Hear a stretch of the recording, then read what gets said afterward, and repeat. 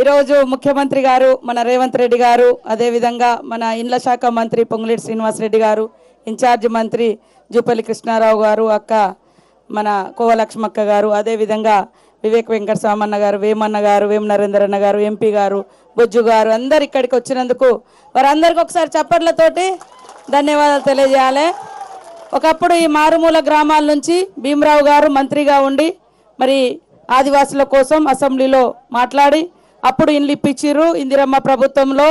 మరి అదేవిధంగా ఈరోజు కూడా ఇందిరమ్మ ఇల్లులు మన ముఖ్యమంత్రి రేవంత్ రెడ్డి గారు అందరికి ఇవ్వడం చాలా సంతోషం.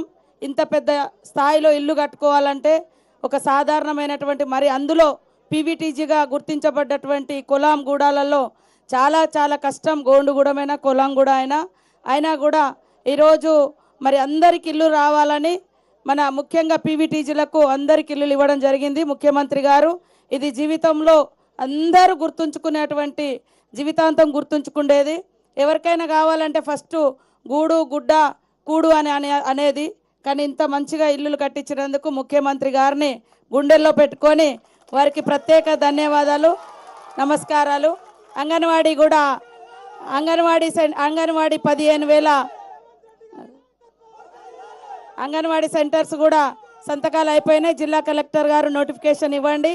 అక్కడ పాపులేషన్ ఆధారంగా ముఖ్యంగా ఇలాంటి గ్రామాలలో లోకల్ వాళ్ళకే అవకాశం ఇవ్వాలి, పక్క ఊర్లలో నుంచి అది.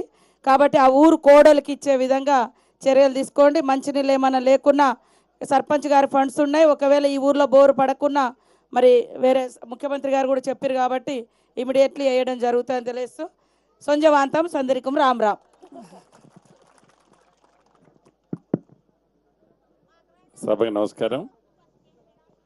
ఈ కార్యక్రమంలో ముఖ్య అతిథిగా విచ్చేసిన గౌరవ ముఖ్యమంత్రి రేవంత్ రెడ్డి గారికి, ఇన్ఛార్జి మంత్రివర్యులు జూపల్లి కృష్ణారావు గారు,